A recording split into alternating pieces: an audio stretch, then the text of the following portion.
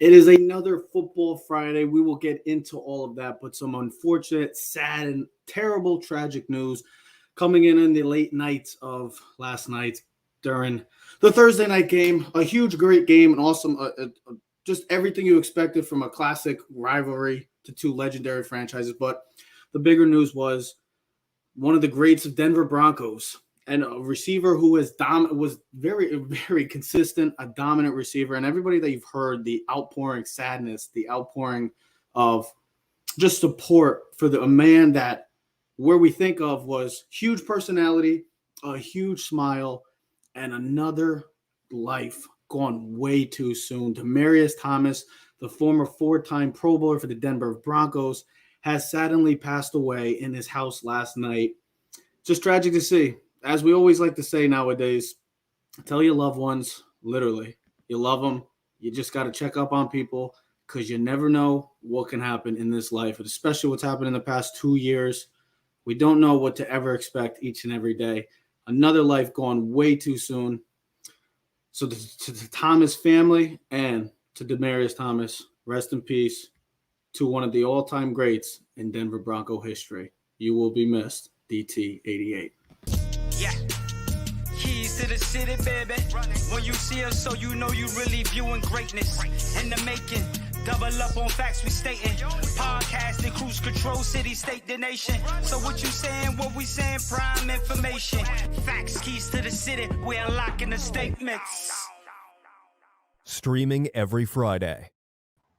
And ladies and gentlemen, we are back. Clovercrest Media presents Keys to the City. We're streaming on all social media platforms at Keys to the City. So comment, like, subscribe, or share. It's another Football Friday. Huge implications. Divisions up for grabs right now. This is what this NFL season has brought for us. It's been every week. We don't know what to expect. But what these games have shown is that all these divisions, if you look at every division right now, all 8 divisions, every one of them is up for grabs. So this is a telling weekend again, and we will see. Maybe we'll get a clearer message moving forward in some of these division races. We will be talking about the huge Monday night game. Last week we got the Patriots and Bills on Monday night. Now we get the rematch, Kyler Murray and the Arizona Cardinals. The Arizona Cardinals, 10-2 team that really nobody's been talking about that much. We're talking about the Patriots. We're talking about the Packers.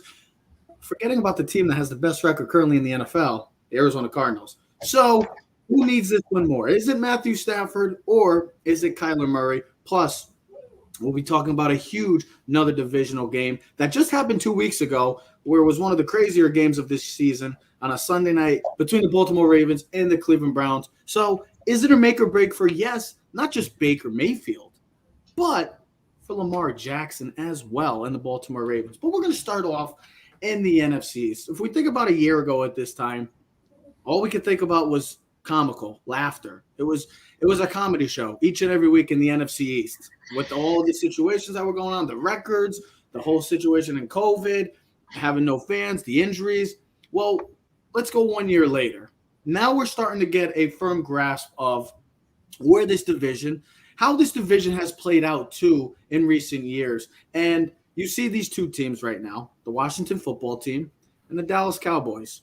Well, one team is on a hot streak. It's kind of like how this NFL season's been going. You have some teams like the Chiefs, the Patriots. Well, you got to add the Washington football team. They're currently on a 4-game winning streak. You also don't got to – I know we're talking about this matchup, but we can't forget about the third team in the NFC East. No, sorry, Giant fans. It's not the New York football Giants because they are god-awful, and they will finish dead last in the NFC East. I'm talking about the Philadelphia Eagles, who we don't really talk a lot about, but they're only 6-7. They're a game and a half out of first place. But let's talk about the team that we've been so high on this year, and it's the Dallas Cowboys. Oh, we're thinking, here we go. They got everybody back. They're healthy. Dak's back. They're playing at an all-time high level. We're thinking Super Bowl, and now the Dallas Cowboys have been coming back to life. So this game, and there's already the stakes are as high as they can as the head coach Mike McCarthy, calling his victory and saying, we are going to win this football game. So the stakes are at an all-time high in this rivalry, this hated rivalry. So let me start with whoever wants to start. Dallas. They take firm control of the NFC East, or does the football team continue streaking? Dallas should win this game. Which is why Washington is going to. Which makes this game that much more intriguing because so you got Montez Sweat who will still be out for this game. He's got a broken jaw. We know Chase Young's out for the season, but their defensive line and defense since Chase Young's injury has played much, much better. Now, Trevor, we're big Colin Cowherd fans. We watch a lot of stuff. I get a lot of the info, and then I do my own stuff. But Greg Cosell was on the other day, and he was saying since Chase Young's injury and since the bye week, the first week back when they played Tampa Bay, Washington beforehand was a predominantly 75% man coverage team. Well, since that bye week and since the Tampa Bay game, they have literally gone almost 95% all zone coverage. All zone coverage, which has made a tremendous difference in their defense because their defense has played much better. Now, I told you before the show, they probably should have lost the game against the Raiders. That probably should have been pass interference on Trayvon Mullen later on that deep pass. It wasn't. They end up winning. So be it. They won games. You find ways to win. They're playing much better. They're on a 4-game winning streak after coming off a 4-game losing streak. Taylor Heineke's playing better. I think don't you have Antonio Gibson on your fantasy team? He's been playing. I thought you said you had Gibson. I remember you talking. Doesn't matter. He's been playing much better. Curtis Samuel's back. Terry McLaurin's back. Big loss this week. Their tight end, Logan Thomas, out. That's a significant loss. But this game really comes down to Dak Prescott because right now Zeke's still dealing with an injury with his knee. Tony Pollard's dealing with plantar fasciitis. So we don't know how well and healthy their running game will be. But they can throw the ball. They got Michael Gallup back. They got Amari Cooper, the CD Lamb. This comes on Dak's shoulders. We've talked about was Dak worth the money? Well, these are games of why you pay Dak the money you do. Is he good enough? Like Joe said, then Washington's going to win. I think Dallas should win. They're getting Randy Gregory back. They got DeMarcus Lawrence back. They got Nevo coming back. Their defensive tackle was out with a dislocated elbow during the preseason. So their defense is coming back. Now, Parsons was listed on the injury report with a hip injury, but a little shot in the hip will be fine. He'll be ready to go. But this comes down to Dak Prescott. For me, the whole game, the synopsis of what Dallas is. He's the best quarterback in the division. They have the most talent. They're the team that should win. The pressure is all on Dallas. The pressure's not on Washington. I know a lot of people are riding high on Washington with the last 4 games when they're winning, but it's on Dallas, bro. Like, this is what the three of us, we joke and we break Sanders' chops with Dallas. They're the more talented team. They're the better team. They're the team that started off 6-1. They have the high-priced quarterback. They have the offensive line. They have the running back. They have the owner. They have all the walking, talking showmanship. Well, now it's time to shut up, prove it, or shut up. And it's going to be a very interesting game. But like you said, Joe, can Washington beat Dallas at their own game? Yeah, again, right on paper, this looks like this should be something Dallas handles easily. And those are the games all season that I've gotten burned on. So I really do. I think, and again, this is a bigger game for Washington than it is for Dallas. Dallas is still firmly in control with a loss. I don't think it's time to press the panic button if they lose. Well, with the way they've been playing recently, if they come into a game like this where this you could call it a rough stretch. They got to get themselves right again and get ready for the postseason. Their offense is so explosive. They're going through a bit of a rough patch. That's what happens in a 17-game season. But Joe, the only reason why I would argue on this point that it's a more important game for Dallas, one, because it's Dallas. There's an expectation that everyone has on Dallas that they should have on themselves and then we have, all right? That they should win. They are the better team, as you said, on paper, right? If they lose, Washington, Philly, and sadly to say, even the Giants are that much closer to them. If they win, let's not even bring the Giants. Listen, I agree with you. But do you realize, and I was going to say to your point, and I don't want to interrupt you, there are still 25 teams right now in the NFL that are in playoff contention. Even the Detroit Lions have a chance. No, they're not. They do. They're not. I looked at the thing. They did it today. All of a sudden they don't? No, I'm telling you, they don't. The Detroit Lions, they're one of the 7 teams that are not in playoff contention. Okay. 25. I just saw it yesterday, so okay. I guess it drastically just changed in a matter of 24 hours. whatever. Here's the thing: if Washington beats Dallas, it's going to be here's Dallas again. This is the knock on them. They can't win the big games. They can't overcome things. Washington will have momentum. Their last 5 games for Washington are all division games. They played Dallas twice, Philly twice, and the Giants once. It's a round robin every week. This just sets the tone for Dallas's collapse. If Dallas wins, they extend their lead. It's funny because we've talked about it on a number of shows too. Joe, I know I'm drawing about the G-Men. Zay was talking about how they're going to fold. Dallas will choke again. And me and you have been pretty stand pat on Dallas, saying this is a different team. I know they're 8-4, but it's kind of similar to Baltimore right now. Like they're 8-4 still, but the way both of these teams have been playing recently has you raising a little concern for both of these franchises because yes, they're 8-4. Yes, they're leading both of their divisions, but the way they're leading their division, like it's different.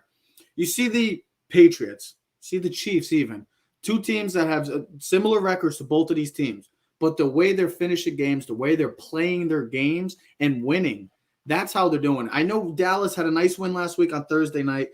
Thanks Taysom Hill for throwing 4 picks. That always does help when you win the turnover battle. But the way these 2 teams, and we'll talk about Baltimore in a little while of this huge game that's coming up in Cleveland too.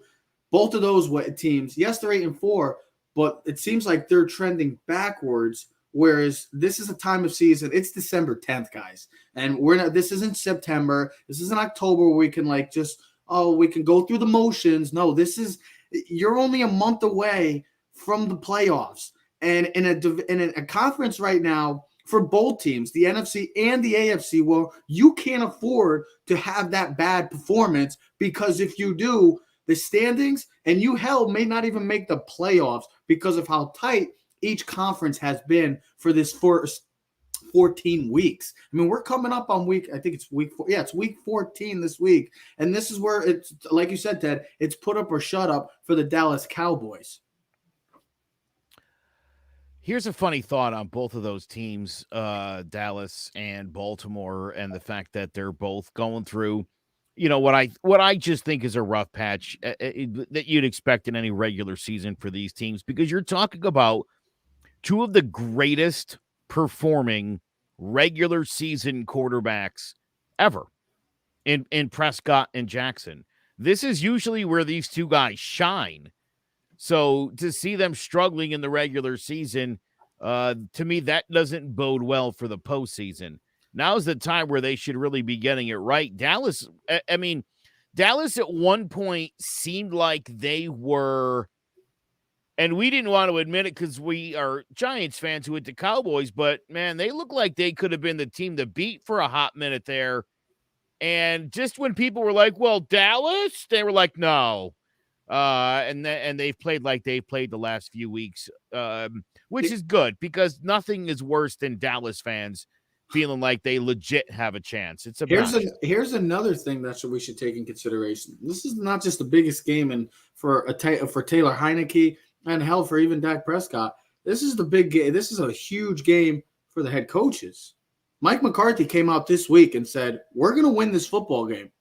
Okay, you called your shot. You pulled a Joe Namath. You pulled a one more reason I think Washington's going to win. You pulled a Mark Messier. You said you're going to win this what's game. What's he supposed to say? No. I know. No. Nothing. I'm not saying that. I understand. I like the confidence. I really do. You don't like that, Joe? You don't like your coach? Now this is the type of if you're not the manager of the 27 Yankees or the 98 Yankees, guaranteeing wins is a really stupid thing to do. Because when you guarantee, he's just going to say we're going to go in there and win. Well, play hard. When you say you're going to win and then you don't win the football game, it's got devastating cycle. And here's the thing, and this is what I was saying on G-Man the other day as far as the Giants, dude. This guy, they're not playing for this guy. This guy, if he's supposed to be a motivator, he's terrible at that job. You know what? I like it. For Mike McCarthy to run his mouth. If they can't cash the check he's writing, That'll tell you everything you need to know about that Dallas locker room. I like it too because he has faith in he believes in his team, and that's the kind of message you should be sending off. We're coming in, we're going to beat you up for 60 minutes, and we're going to win this football game because we are the better team. On paper, this Dallas team is better than all the teams in the NFC. Week 14. You're leading the worst division in football, and you're guaranteeing wins over mediocre teams that don't have their best player. Joe, their best players on the field. I don't think this is the worst division. That does nothing for me. I think what's the worst division? NFC South. You got 3 teams. Here's the thing. Last year, we can 1,000%. Listen, the Giants would beat the Jags. 1,000% we can agree. Last year, I don't know about that. Oh, I boy, mean, that's pretty lofty to say. Last year, this time, 1,000% we can all agree that the NFC East was literally comical. It was something we hopefully never see again in football. Dallas would have chosen the division by hold if Dak was healthy. I'm not talking about that. I'm talking about in general that you have 3 teams, and we're not talking. We haven't talked about the Philadelphia Eagles because we're talking specific about this game. But that team is only 6-7. They're playing hot. They're playing well. They're running the football. One of the better running teams. They lost to the Giants. That's all you need to know about the Eagles. That's one. It was one game. They're playing well. They're playing well. They were playing great going into that game. First of all, the Giants should have never even won that game if they decided to just stick to the run game. But let's just pretend that Jalen Hurts becomes now Peyton Manning. We're going to throw for 60 times a game. Run the football. The Eagles win the game. And Jalen Reagor catch the ball. I hate to say it, but catch the ball and you win the game. We're not talking about it. The Giants are just 3-9 right now instead of 4-8. But I'm just saying there's 3 teams that are competing for, and that's why these stakes are huge for this game. If Dallas loses, you open Pandora's box for all 3 teams to win the NFC East. That's all I'm trying to say. There's one more reason I think Washington's going to win. I think this thing's going to be the shy show that it was last year. I think it's going to be the same thing. I think Dallas is going to fall apart like we said they were going to. This makes all the sense in the world. Mike McCarthy's an idiot. People already question him as a coach. He guarantees a win against the lousy Washington, a team without a mascot. He's not going to beat them. The Giants. The Giants don't have a mascot either, and cheerleaders. They don't even have a nickname. They don't have nothing. And they had to get rid of their cheerleaders because of the sex scandal in Washington. And they got their Raiders coach fired. I mean, that's what a terrible friend. When you're that bad of a franchise that you're getting other teams' coaches fired, you're a disaster. You're a dumpster fire. But yet you're picking Washington. Sorry, Chuck. You're picking Washington. You just bashed them, but you're picking Washington. Joe, I am. What's amazing is nothing else has come out of all those emails, Joe. They just want Gruden out. Literally, nothing has come else out of that. Not for nothing. You got like a racist, sexist email sent to you, right? You're probably like, yeah, you're right. You know what I mean? Or there's got to be. I'd like to see the replies, to be honest. I'm excited to see this game because of the way Washington's been playing all around as a football team. They were 2-6. We thought I like Taylor Heineke a lot. And if Taylor Heineke wins this game, does he get a chance to be the franchise quarterback, or are we just gonna ignore I think he's going to get a chance to be the franchise quarterback because it's either going to be him or Kenny Pickett. Kenny Pickett. There's not much out there to be had. And listen, games, not for nothing, nobody seemed to be interested in going to Washington this offseason.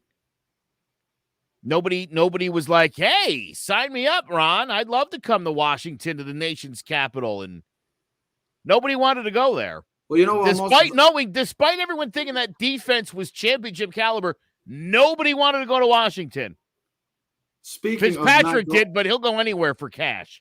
But speaking of a team, a team that I'm surprised not a lot of people have been going to is the Baltimore Ravens, because you have a guy in Lamar Jackson. Cleveland went all in. They went to get the trades. They got you David Clowney. They've drafted well. But what the hell's going on in Cleveland? Everything's shaping up for Cleveland to perform in a Super Bowl, to compete for a Super Bowl title. And now we're talking about Week 14. They're just trying to get into the playoffs right now. And it's because of all the injuries. We have to account that, yes, there are a lot of injuries that go on throughout an entire season. We understand it. Happens to every team. But this is a team that's extremely talented, was the favorite coming into probably the season in the AFC North. But yet, we have to also remember that we just saw this matchup 2 weeks ago, and this was a game that had a combined 6 turnovers. So while we get into this game, is this a make or break? I know we have Lamar. You'll be like, oh, why is Lamar? Lamar has actually been performing pretty poorly recently. This Baltimore team in their past 6 games is at a 500 level, 3-3. And the thing that concerns me the most about this Ravens team, their offense. Their offense hasn't been getting anything going, and teams are starting to figure out, just like maybe with the Kansas City Chiefs, how they're trying to figure this team out, bringing a cover 0 blitz, and they're just giving problems. And it started in that Miami game with the Ravens. So I'll ask you, Ted, is this a make or break game for not just Baker? Because we all know Baker's been dealing with pressure since getting drafted number 1.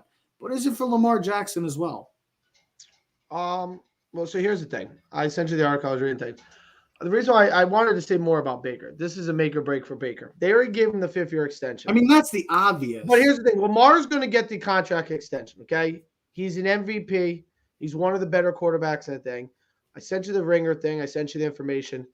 They have 22 players on IR this year, more than any team in the league. It's not even close. They just lost their second starting cornerback in Marlon Humphrey for the season. Dude, don't start.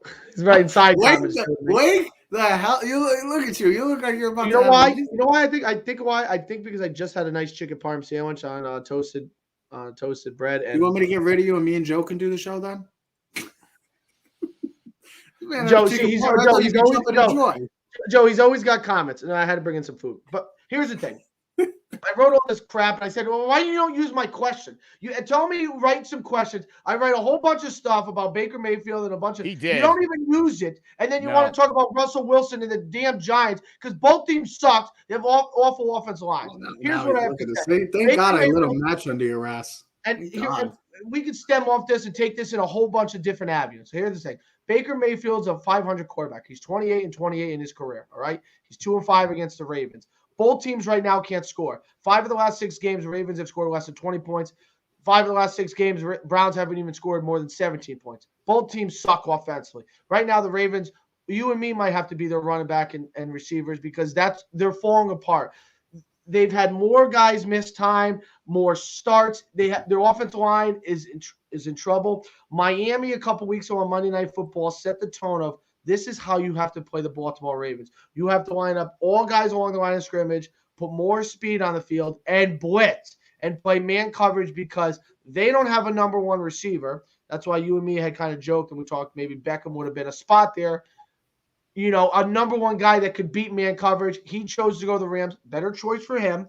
But the team, listen, the Ravens haven't adjusted. They have not adjusted to what the schemes and what teams are doing to them. The Browns, last time they played, now remember, these teams played, there was a bye, and now the Browns are playing the Ravens again. So for the last 3 weeks, all the Browns have been thinking about and hearing about and studying is the Ravens. They need this game more than ever. They're 11th place right now in the AFC. They need to win this game. Baker Mayfield needs this game. If they lose, and I told you guys if you had an opportunity, go look at the AFC North schedule, the final 4 or 5 games for all these teams. I mean, they all have to play each other, which good luck because any week you don't know what team you're going to get. And the Bengals 1 week look like the best team in that division or the conference. Then the Ravens, who started 5-1 or 3-3. The Browns, you 1 week you're like, wow, the Browns are back, and then they fall into the Browns. The reason why this is more about Baker and not about Lamar because Lamar's building blocks, and I was talking about this last week about a house. He's already built his foundation. He's already built his floor, okay? The Ravens right now are in big trouble as a team, not Lamar. Lamar's not bad, okay? But he's struggling because they have no offensive line. They don't protect. They haven't schematically figured out what other teams are doing against him defensively, and he doesn't have a number 1 receiver. Marquise Brown is a great number 2. He's a speedster. They have a great tight end in Mark Andrews. They haven't really developed enough of a passing game to scare teams. So that's why teams are blitzing. And Joe's always saying, listen, Lamar, you got to be able to throw the ball when it matters most. Well, they haven't been able to do that. So teams are literally blocking him and not being able for him to overcome it. This is about Baker, though. They lose. The Browns are out of the playoffs. All the expectations, all the things that we talked about in the preseason hyping about the Browns, they should go to the Super Bowl. They have one of the most talented teams. It all falls on Baker. Baker should not get a contract because they're not going to make the playoffs. They're going to get the fifth-year extension. He'll play next year under the rookie deal. And you know what the Browns, if they want to do and they want to hold it pat, just keep franchising tag him. Like pull the Kirk Cousins, what Washington did. Do a year-by-year basis. You suck, we're just not going to franchise him. We'll draft someone or we'll trade for someone. They're way too talented of a team for this team to be pedestrian 6-6, and for Baker Mayfield to be 28-28. I understand he's dealing with injuries. We all these guys deal with injuries. Don't tell me none of these guys don't deal with injuries. Okay, it's part of the game. It's the nature. He's got How a do you overcome rotator cuff. I know torn labrum. He has a problem with his ankle, but guess what? Then don't play if you're not healthy. There's injuries and then there's hurt. You're either injured, which means you can't play, or you're hurt and you overcome it. So which one is it? If you're hurt, figure out how to be better and get it done. I think it's a good sense. The reason why he's playing is because he's hurt, he's injured. He's playing for his career. Well, yeah, exactly. He's playing for his career. He can't afford to miss a game. He can't afford that type of situation, because if so, he's done. I mean, he'll just go to another team, or he'll just be a perennial backup, Joe. Can I diagnose for you what the problem is in Cleveland? It's very simple. The best years in the history of Cleveland football were 1996 through 1999. No, they had the 85 with Bernie Kosar. No. 96 to 99, they didn't lose any games, any of those 3 seasons, You know because why, they Joe? didn't exist. The best years that Cleveland's ever had. It's a loser franchise. Always been a loser franchise. Even when Bernie Kosar was there, Ernest Biner, Kevin Mack, didn't matter. It's a loser city. I hate to say it, Cleveland. Damn. You got the Rock and Roll Hall of Fame. You got straddled with the Indians. That's unfortunate. I actually know a guy that lives in my complex. He's a big Cleveland fan.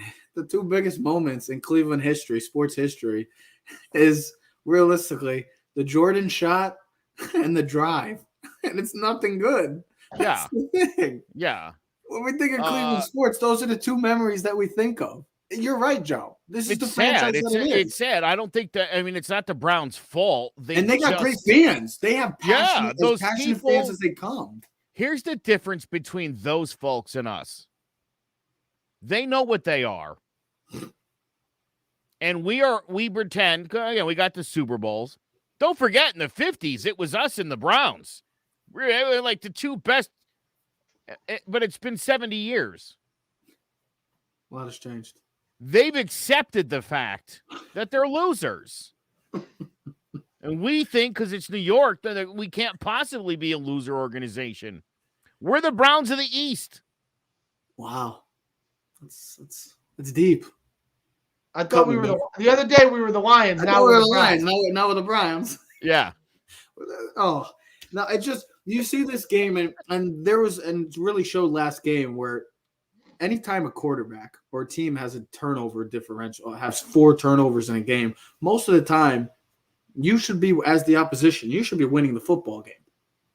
The Cleveland Browns had their opportunities, and they're going to have their other opportunity this week.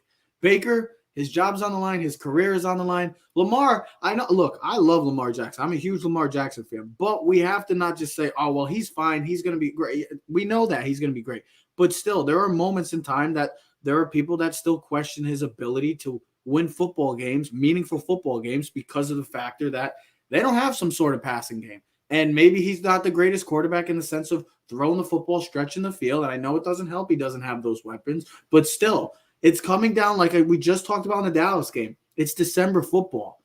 You have to win these football games. These are the meaningful games, not September. I mean, you have to win all the time, but there's just a different feel to it in the sense of you need to win these games. There's more pressure than throughout the entire season when it hits December. You're a month away from the playoffs. And Lamar has, and this team right now, just like Dallas, they've been up and down. Yes, they're 8-4, but there's a difference between an 8-4 team that's going up, and there's a difference between an 8-4 team that's going down right now. And that's what's happening with Baltimore. They're trending in a downward spiral. And last weekend, I love the confidence that John Harbaugh has. And Lamar Jackson going for 2 multiple times throughout the season. But when you have a kicker like Justin Tucker, who's almost automatic most of the time, just go to overtime and win the football game. They didn't have the defensive personnel, bro. Did you not listen to his press conference? They had no more corners. Okay. You had to win it there. And if Lamar just has a little touch on the ball and just a little touch. Right. You know what, though? Lamar doesn't have touch because he's a terrible throwing quarterback, and this is further proof to everything I say about Lamar. When it comes to a touch pass to win a game, I don't want him throwing the ball. He's just not that good. He's not a good quarterback. He's not a good quarterback throwing the ball in the moment. He's a dynamic athlete. What he should have done is he should have faked the throw, and he should have ran for that corner and dove in to score. That's what Lamar does. That's what Lamar should have done. That would have won them the game. I want to point out one more thing. Mitchell Trubisky has a 33-23 career record. Again, Baker 28-28. Teddy Bridgewater's 40-31. Got to win games in this league. Plain and simple, man. If Lamar does one thing right, it's he wins regular season games. He's really good at it. Here's the thing. You got to get to the dance, and you got to be invited to it. And if the Browns are not invited to the dance because quarterback's not good enough, listen. The Rams, right? They got to the Super Bowl. They were a really good team, and they had Jared Goff as a quarterback. And I'm not knocking Jared Goff. He won a lot of games for the Rams. But they didn't think he was good enough to overcome the deficits that he had as a player. So they went for Matthew Stafford. Now, you can give me argument Matthew Stafford hasn't played well lately, whatnot, thrown 3 pick-sixes in a row. 3 games. All right. But Matthew Stafford, talent-wise, thrower of the ball, everything for you as a team is better with Matthew Stafford as a quarterback. Because here's the thing. The league now has drastically changed. You have to have a top-notch quarterback. You are not – you listen to professionals on all the sports. You're not going to win games no more. Super Bowls. You can win games. You can win a lot of games. And this is to Joe's point about Lamar Jackson. You can win a lot of games running the football and playing defense. Your quarterback has to be the difference maker. He has to be the slam dunk guy. When the play comes down to it, and you got 3rd and 13, and he hits Mario Manningham down the sideline, and I know that's not the down. That's where your quarterback has to be able. He has to make that throw either with pressure in his face, no pressure, crucial situation. Even Big Ben last night. You could see about Big Ben. Watch that end of the game last night. That throw, even though it was dropped, was on the money. Fairmouth had the ball like this. Between the linebacker and the safety, Big Ben. That's where Lamar probably doesn't make that throw because it's a little bit behind, a little bit too in front. Big Ben put the ball right where he had. There was no better spot he could have placed that ball if he was handing it to him. That's what you have to be able to do as a quarterback. And if you're not good enough to overcome that, as they use the joke, some guys are trucks and some guys are trailers. Trucks pull the trailers. They pull the team. Those are leading quarterbacks. Those are Josh Allens. Those are Brady's. Those are Rodgers. Those are Kyler Murray's. Those are guys we're going to talk about. Then there's trailers. Guys are like Baker Mayfield and Case Keenum and Bridgewater and Daniel Jones. Guys that need everyone else to play superb so that they can win games. They're not good enough to just carry a team. Well, speaking of carrying teams right now, and you just go ahead, Joe. You look like you want to say Justin Herbert completed a pass to Guyton last week that traveled over 60 yards in the air. I mean, an unbelievably perfectly timed throw. I know what throw you're talking. Yeah. In a million years, Lamar Jackson would not complete that pass. It doesn't have anybody on his team who would have been able to run out there and catch it. Probably. It doesn't even matter if it was a 20-yard throw. He probably still wouldn't have made the pinpoint. That's the Joe Burrow. If Lamar Jackson's going to win a Super Bowl, it's going to be because Lamar did amazing things with his legs and probably dove over some guys on his way into the end zone for the winning score. It's not going to be because he went 35 for 40 for 400. That's not going to happen. I agree with that. That's not going to happen. But that doesn't have to be his game. That doesn't have to be his. He doesn't. It shouldn't have to be his game. But when their running game is as beat up as it is and struggling, and it's all on his shoulders, and there's no good receivers to really throw to. I mean, not for nothing, Andrew's got to make that play. Game's on the line. Get there. Get there and make the catch. That's a tough. I mean, that's a great. I don't give a defensive play. crap. You're a pro. Catch the damn ball. I love You how know we you got a deficient quarterback throwing the ball at you. What were you waiting for? Something in the chest? Lamar's don't knock Lamar like he can't throw. I'm knocking Lamar because you know what? I'm sorry to say. say it. He had that one good game earlier this year, and ESPN wanted everyone to apologize He's had some for good one game, and he hasn't had a game anywhere near that since because he's not a good thrower. So Lamar right now has 16 touchdowns, 13 picks, 2,800 yards. His QBR is 15th in the league at 50.5. First of all, to me, honestly, right now in this entire NFL league, I only feel like there's 3 quarterbacks right now in the entire league that are week by week when they play, they just stand out more than everybody. And whereas the other quarterbacks, I'm just talking in general because I know we've been talking about Lamar, but when I think of all the quarterbacks, hell, even Josh Allen has looked terrible at times. Lamar, Patrick Mahomes, all these guys that we've talked about, Matthew Stafford. Other than there's 3 guys that to me, each and every week that they play, they stand out to me and they have been consistent, not just consistently, they've been consistently at top tier level. And one of those quarterbacks we're about to get into, 2 of them are, well, 2 of the all-time greats. One of them's the GOAT, and one of them is going to go down as maybe the most talented quarterback of all time, Aaron Rodgers and Tom Brady. Those have been the 2 quarterbacks that each and every week, maybe with the exception of week 1 from Aaron Rodgers, every week it's been consistent at an all-time high level. And that's why they are all-time greats. And that's why those 2 teams are possibly maybe going to have a rematch in the NFC title. The other quarterback, I want to say, the 3rd quarterback that has stood out to me when he's healthy is playing on Monday Night Football, is Kyler Murray. He came back last week against the Chicago Bear team. Yes, I know they are not a good football team, but this man has been out for over a month, and he came in, and he's just looks like he hasn't missed a beat. And he's been – this team, we really should be talking more about the Arizona Cardinals. But it seems like each and every week we're talking about every other team. The Packers have been great. The Bucs have been great. But this team right now, the Arizona Cardinals, 10-2, number 1 seed in the NFC, the number 1 overall seed in all of football right now with the best record. And Kyler Murray has been that quarterback to me. We just talked about Lamar. We've talked about even Dak has had moments that he's not looked good at all this year. It's just been that type of season, guys. The quarterback play has been good, but not great. Whereas there's been a handful. There's probably been about 3 guys that, like I said to me, I don't know if you can think of another guy for either one of you guys, but those 3 guys, to me, each and every week stand out at an all-time consistent high level this season. And Kyler Murray, this is another huge game for them. It's another huge game for the Rams, especially the Rams for a team that we just talked about, the Dallas Cowboys. I guess we got a trend going today. You got teams that have winning records, but the way they've been playing recently doesn't show to their record. I know they're 8-4, but they started off hot, all 3 of those teams, the Dallas Cowboys, the Baltimore Ravens, the Los Angeles Rams. All those teams at one point had just 1 loss. Now all those teams have 4 losses, but they are struggling. Rams, a much-needed victory.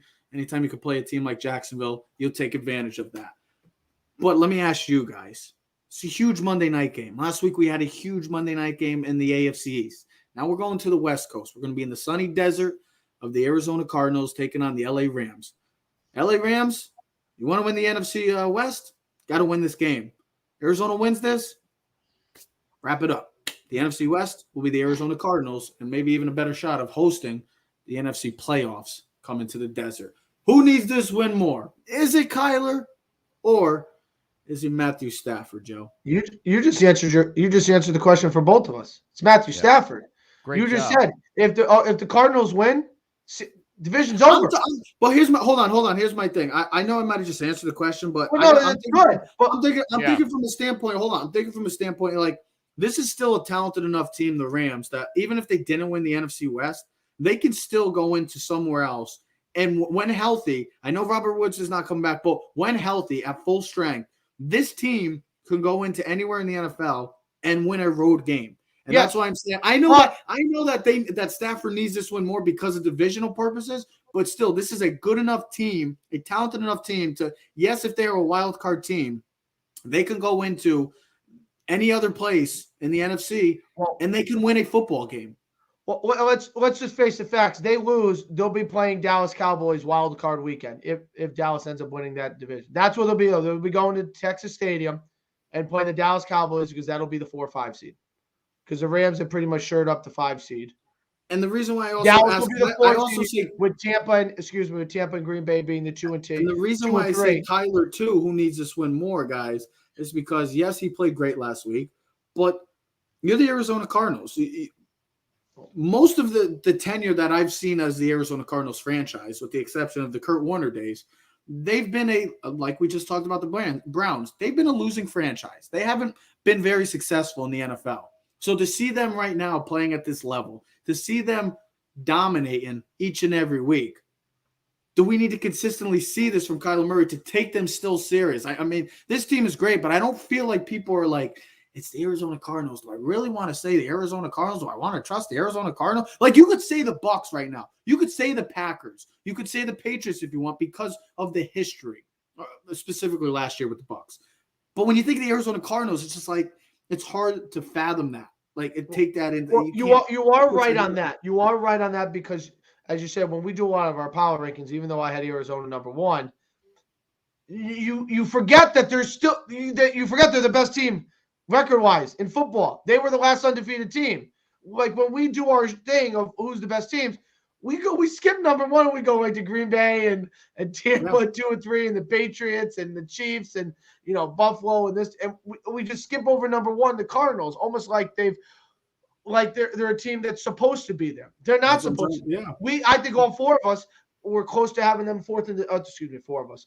All 3 of us had them, I believe, 4th in the division. Are you not alone? Not yet. No, I'm saying. I always feel like there's a lady sitting across from him. I always do. I always get that sense there's a lady sitting there. No. So he gave it up. The 4 of us. Don't make him blush. With that, listen. The reason why I say it's Stafford is, 1, because Cardinals have already won, right? And Trev, you said, to your point, if the Cardinals win, they've pretty much shored up the division. Yeah, they have a 3-game lead. And they'll have a 3-game lead with the rest of the thing. They'll probably take care of business the rest of their schedule and be the number 1 seed, more likely not. But weird things happen. No, I think if they win this game, they win the NFC West because they swept the series too. Yes. So here's the thing why it's more important for Stafford. To my point when we were talking about trucks and trailers and people were like, what the hell are you talking about football? Why guys carry teams and why not? The Rams made the ultimate move to bring Matthew Stafford for one reason. And I'm not just saying it's about the division because they had won the division, but it's about to get to the Super Bowl. You bring Matthew Stafford because when you're playing guys like Russell Wilson and Kyler Murray, you want to feel like you're on the same level playing field. You don't want to feel like, even though your team might be better, their quarterback is this a little bit better. And you know what? That balances the schematics of football. When you're a quarterback, it doesn't matter how good or bad your team. If your quarterback is elite or can carry, you can cover so many gray areas in your team. All right. Matthew Stafford has to win this game. The Rams have to win this game. This is a must for him. He loses, it goes to things that Joe has talked about where Matthew Stafford's not good enough. He can't win the big game. He can put up all the stats and all the points and stats he wants during the regular season. Can't win the big game. That's going to be a storyline. I'll go one step further. It's going to question the Rams. Here's the thing. Kyler Murray, I wrote this down. Though he's mystery game, still leads the league in passer rating, completion percentage, yards per attempt, and he's ranked 2nd by PFF grades. I know you don't give a crap about that, but that's how they grade players, by how they perform. That's important to me. You got to grade someone on how they perform. Here's the other thing. Speaks volume of why Arizona's 10-2. They're 7-0 on the road, and every game they've won on the road, they've won by double digits. That speaks volume to how well, because you're supposed to win your home games. The road games you're supposed to split. I'll go one step further for you guys. If he loses this game, and I'm talking about Stafford, is he just a slighter talented version than Jared Goff? No, my answer would be to this though. How do they lose? Stafford could have a great game. Well, with the way they've been playing recently, Murray had one of his best games. He had 268 yards passing and 39 yards rushing and 3 touchdowns, 2 or 3 touchdowns when they played last time. Murray's the dangerous quarterback. What do you? Well, look, you're bringing it up. I mean, I was just going to say, look, they blew they blew the Rams away at home. They ran all over them. They ran for like 37-20, 37-20. But they ran the football. You were saying as far as the Rams, the ability, this a team talent enough to win games on the road. Well, let me tell you something. They had a couple of games on the road. They lost in Green Bay, they lost in San Francisco, and they lost in Tennessee to a team without Derrick Henry. So, yeah, he was gone. No. They played on Monday. They played on Sunday night. They were in home. The week after Derrick Henry got hurt. That's right. Oh, I'm sorry. The week before I was thinking about Tennessee. They were at they were at the Texans, not Tennessee. They were at the Texans, and the Texans hung in that game for quite a while. No, they were up. Remember, they were up 36-0, and then they gave up 28 that's right. points. And then the big comeback. I would be concerned. Look, they've got more road games coming up. They've got to go to the Metrodome. They've got to go to Baltimore. All right. A home game against Seattle, home game against San Francisco. So their schedule isn't getting any easier. I think that beat down of Jacksonville last week, maybe that makes people feel better. You need but literally since the second half of the Houston game, this team hasn't been great. And this isn't the team you're going to get back on track against. So let me finish off with that. If they lose this game and the way they've been playing on Monday nights and Sunday nights, they've underperformed significantly when they're on national TV. If they lose this game and it's the way they've been playing, like I just asked, see a slider version, a slider talented version than Jared Goff? No, it wouldn't be Jared Goff. I like Sanders one, if you saw what Sanders wrote. No, I saw that too. But I'm saying in a sense because they traded Jared Goff. I'm only saying that I understand. No, he's still a much better quarterback than Jared Goff. I would take him 10 out of 10. But I'm only saying it because they traded him because they felt like Jared Goff was not good enough to win them games and win them championships, more importantly. And not Kirk Cousins. Right now, Matthew Stafford in those big games hasn't lived up to it. But I won't put this. That's what I'm trying to say. This is the ultimate team game, though. I did say when Teddy told me I was wrong about the talent upgrade, Goff to Stafford. You assured me. That's all. You assured me. Hold on. He assured me, and you've been right for the most part so far. But I did say my concern is. Right? This guy's he's not used to winning. Yeah. He hasn't won any of the big games in a long, long time in his life. So he's got 3,600 It's tough. yards. It's tough when for a long time, look, Matthew Stafford was a guy that put up great numbers in this league for teams that won 1, 2, 3, 4 games a year. And his talent is the reason he stayed in this league. Right? I mean, he wasn't endearing himself to Detroit. His talent is elite. It is elite. But that's what I'm saying. Okay, so again, my concern was this guy's been mired in losing for so long. That's what I'm trying to say, Ted. You just said elite. When we think of elite, we think of the tops of the game. He hasn't played elite level football. He's AJ Burnett. AJ Burnett. No, he's got elite talent, and he just doesn't have the makeup to be consistent enough to be a superstar. Well, here's my other thing. I always say this: it's a team game, man. We got to look at the whole picture. All right. I understand that. Statistically wise, he's having a great season. 3rd in the league in passing yards, 2nd in the league in touchdowns with 30. Okay, his quarterback rating is 65.8, which you think that's bad. It's actually 3rd in the league. He's tied for 20th in the league with 9 picks. 30 and 9 are not bad numbers. Hold on. Okay. The thing is this. Go ahead. If he loses his game, it doesn't make him a bad quarterback. All right? But this is where I watch the whole game and I go, what is the schematics and what is the game plan? Because sometimes the Rams, if you watch them, what they did last week, and I know it was Jacksonville, they ran the football, right?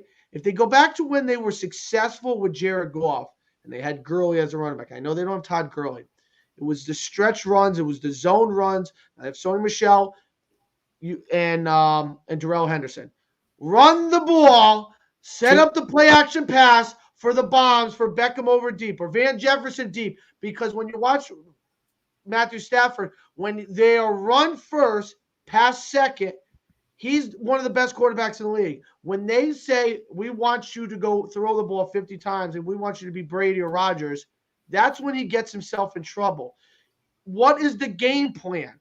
The Cardinals won the first game plan by running for over 220 yards. Kyler Murray, and he also threw for 268 yards. You got to run the football. You at least balance, set the tone, because no quarterback can just go back there and throw the ball 53 times, no running game, and win. If the Rams cannot run the football against the Cardinals and they have to put everything on Matthew Stafford's shoulders to win the game, they will not win this game and he will be unsuccessful. If they're able to run the football somewhat well, doesn't have to be great, just enough to be honest and get 3-4 yards once in a while here at a pop, they will win this game. I got and two Matthew things. Stafford will be a big key reason why. I got 2 things. Okay. To finish off my points about this whole segment. Do you not agree, though? No, 2 things I'm going to agree. One of them is in the sense of running. This time of year, I know everybody wants to say, oh, the quarterback, you need the quarterback. Yeah, you can have a quarterback. You need to run the football when it comes down to playoff football. This is all playoff from now on. This isn't, I know it's still regular season, but for teams like this is playoff time. This is pre-playoff matchups. You need to prepare yourself for the playoffs. And to win these types of games where you're going to be playing in some type of bad weather at times, unless you're getting home field advantage in their case, they may not be getting it. So they're going to be playing on the road. You have to run the football, control clock, control tempo of the game, and play the way they've been playing. That's how teams succeed in the playoffs. From what we've seen in history, running the football when it comes, maybe not in September and October, running the football maybe doesn't lead to wins. But when it comes down to it late in the season, running the football, no matter what people want to say, and the value of running the football nowadays, because running backs are so devalued as a position nowadays, winning championships comes down to 2 things.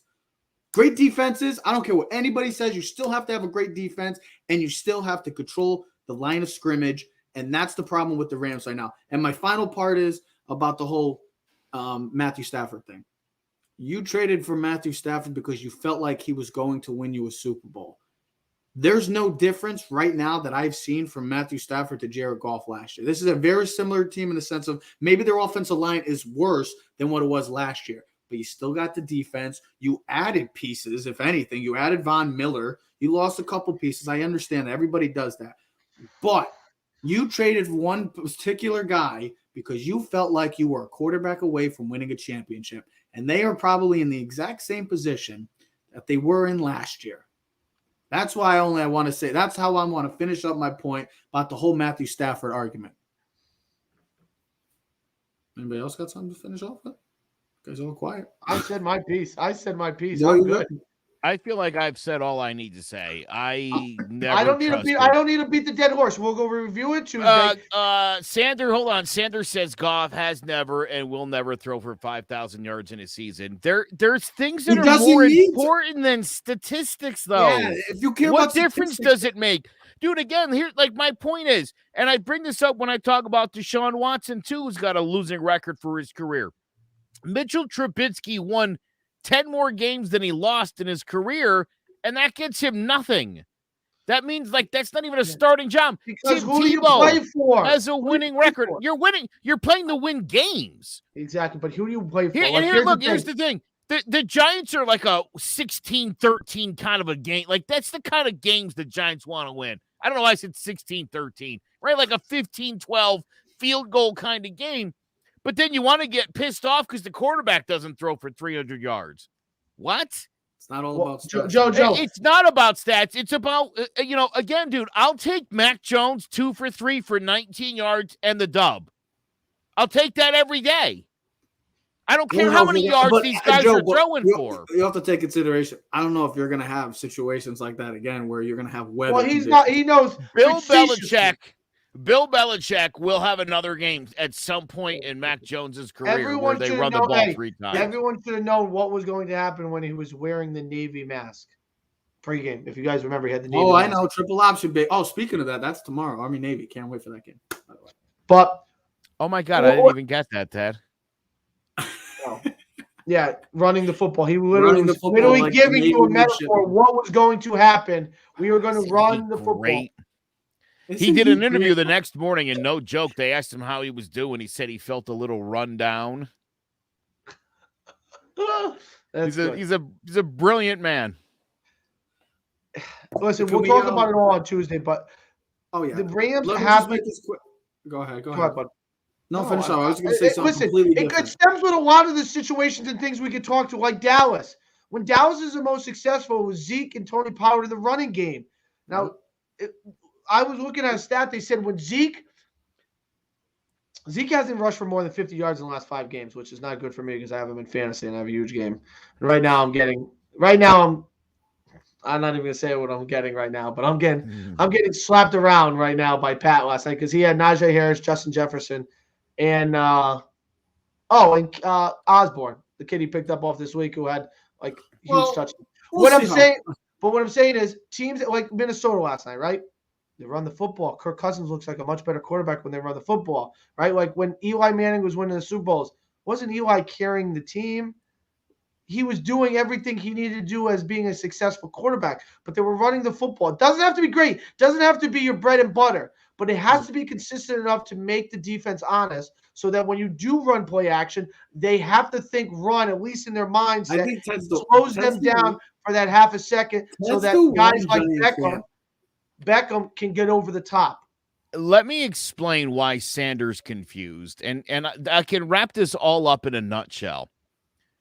Ask any Dallas Cowboy fan who they would have rather had as a quarterback, the 2-time Super Bowl MVP Eli Manning or that garbage really good analyst for CBS Sports named Tony Romo. I know who Ted would have taken. They'll tell you, despite the fact the guy won 0 playoff games, that's the guy, that he's the Hall of Famer. And it's like, you do understand the point of what the quarterback's job is to win the games and then to win you a Super Bowl.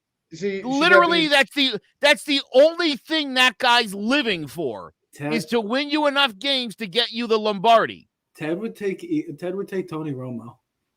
Dude, he threw for 4,500 yards, 30 touchdowns every year. Yeah, and then he sat home all of January. Here's the problem. When you bring up the Eli argument, you got to use a different guy. Everyone will say he won the Super Bowl because of the defense and the running game. Eli Manning was not the reason why they won the Super Bowls. The reason why Eli Manning won most of his games is because they had an elite defense. They won the second Super Bowl because of Eli Manning. So people – Trev, Ted, you're the one Giant fan that will never give Eli credit, and I hate you for it. Because no, you don't. You think you're like every dude. Stupid Eli fan. Manning was the 2003 Florida Marlins twice. Wow. Yep. Joe, you know what? I don't. And like Guy got hot, dude. I mean, again, when you think about the catch, you think about the throws to Manningham. That was a guy who was in a zone. All right, like never before. All right, I got something to say. Totally off of what we've been talking about. Is it an apology because I know Joe's probably seeing Trev's probably sleeping away his dreams. But have you seen Clint Frazier lately? Mocking the Yankees. Finally don't have to bring my razor out. I'm going to wear my numbers. He's going to wear 77, but yeah, I couldn't wear number 7 because of some person or something. And some other and they were like, and then something else. Hold on. And then he said something else about like, finally, I'm out. Like, oh, you're gonna miss Yankees. He's like, I play for passion fans. He's like, yep. And I just saw on Yahoo, CC Sabathia said, hold on. Who's a bigger clown, Chase Claypool or Clint Frazier? What did he just say? He said something about. That's Joe's guy. Don't talk about Joe's guy. He said something. CC Sabathia. Frazier. He's upset. He got no love. He's got no love. And now everybody wants to 15 games for the Yankees. Everybody wants to kick him out the door, dude. I mean, I don't understand that. I want to close out with this. He had an opportunity to take grasp of that position, of the outfielder position, and he sucked. So screw him. See you later. He got hurt. Hey, he stinks. He was terrible. Vertigo. Hey, can I give you a little more news? I'm done. Can I give you a little more news? He gets dizzy. So Adoree Jackson now and Kadarius Toney are also out for this week's game against the Chargers. Well, don't worry, the Chargers aren't going to have an offense. Let's hope that Justin Herbert gets the COVID, because otherwise, stop. That's terrible, Joe. Why would you say that? Just What saying. kind of crap is that? Joe, you literally tell Joe, a person who's with the Big- COVID, Big you're pro going to tell COVID. someone, I hope he gets. Just the one guy. That's was terrible, Austin- Joe. I gotta get rid of you. Who's off Austin that. Eckler? Who's got Austin Eckler in fantasy? Watch out, folks. No, he's All my right, fantasy lock this week. Quick thing. We all are on Bryce Young winning Heisman tomorrow. My God, he's going to be a slam dunk. How big do you think he wins? Is it the biggest of all No, time? Joe Burrow had the biggest. He won't beat Joe Burrow's record. No. I think Hutchinson's going to come in third. I think he's going to finish second. He's going to come in third. It's going to I be think between Pickett's Stroud gonna and finish Young, third. and Pickett's going to get like no votes. It's going to be. I think number he's one going to will be the Young. low man on the totem. My voting would be Bryce Young 1, Hutchinson 2, Pickett 3, 4 would be Stroud. But here's the thing: when you talk about Stroud, and I know we're going a little wrong, but when you talk about Stroud and Bryce Young, maybe you should invite their two receivers on both teams, because if it wasn't for the two stud receivers on both of those teams, those kids wouldn't be. I mean, they'd still have good stats, but Jameson Williams, John Mechie for Alabama are going to be first-round picks, and Kid Wilson and Chris Olave are going to be first-round picks for Ohio State.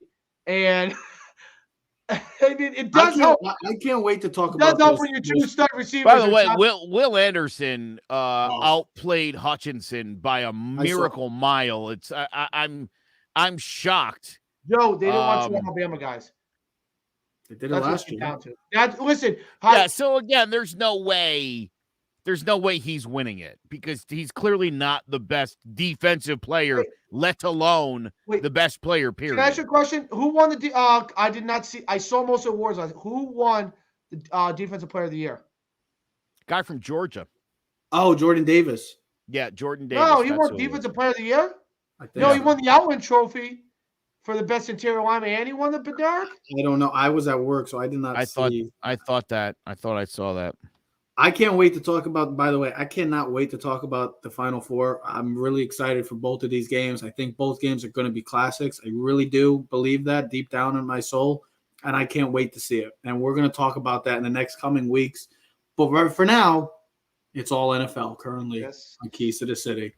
I can't wait for these slated games, big division games, a lot happening. We'll see what happens. We'll recap that all next week in the NFL world. Will the NFC East be up for grabs? How about the NFC West? Oh, what up? Real quick, you saw Kenny Pickett's fake slide, and I've been complaining about quarterbacks that juke at the last minute, not even fake sliding. I've been complaining about that for a while. They're going to clean that up. You can't fake slide. Even if you start to go into a slide, whatever you do afterwards, they're going to call it a dead ball, which is the right thing to do. That was a ridiculous play by Pickett, and they should have blew the whistle dead on that. You can't protect these guys when they're running, they're runners. Give me a break with that. Mm-hmm. Your protections are behind the line of scrimmage, in the pocket. When you're out of the pocket, I'm sorry to say, if they're not head hunting, I don't care what happened. I don't believe sliding should be allowed, period. Well, like I said, we'll be back next week to recap week 14 of the NFL season. And in the next coming weeks, we'll start talking about the college football playoff. Will the Bearcats upset the mighty Alabama Crimson Tide? And what's the give in that Michigan and Georgia matchup? Cannot wait for all of that. It was Jordan Davis. He did win both awards. Yep. I'm looking at all the awards now. I didn't even realize I thought Jameson Williams was the best receiver. It was Jordan Addison from Pittsburgh. Ladies and gentlemen, we are Keys to the City. We're streaming on all social media platforms at Keys to the City. So comment, like, subscribe, or share. Clovercrest Media presents Keys to the City. We are out. Yeah. Keys to the city, baby. When you see us, so you know you really viewing greatness in the making. Double up on facts we stating. Podcasting, cruise control, city, state, the nation. So what you saying, what we saying, prime information. Facts, keys to the city, we unlocking the statements. Streaming every Friday.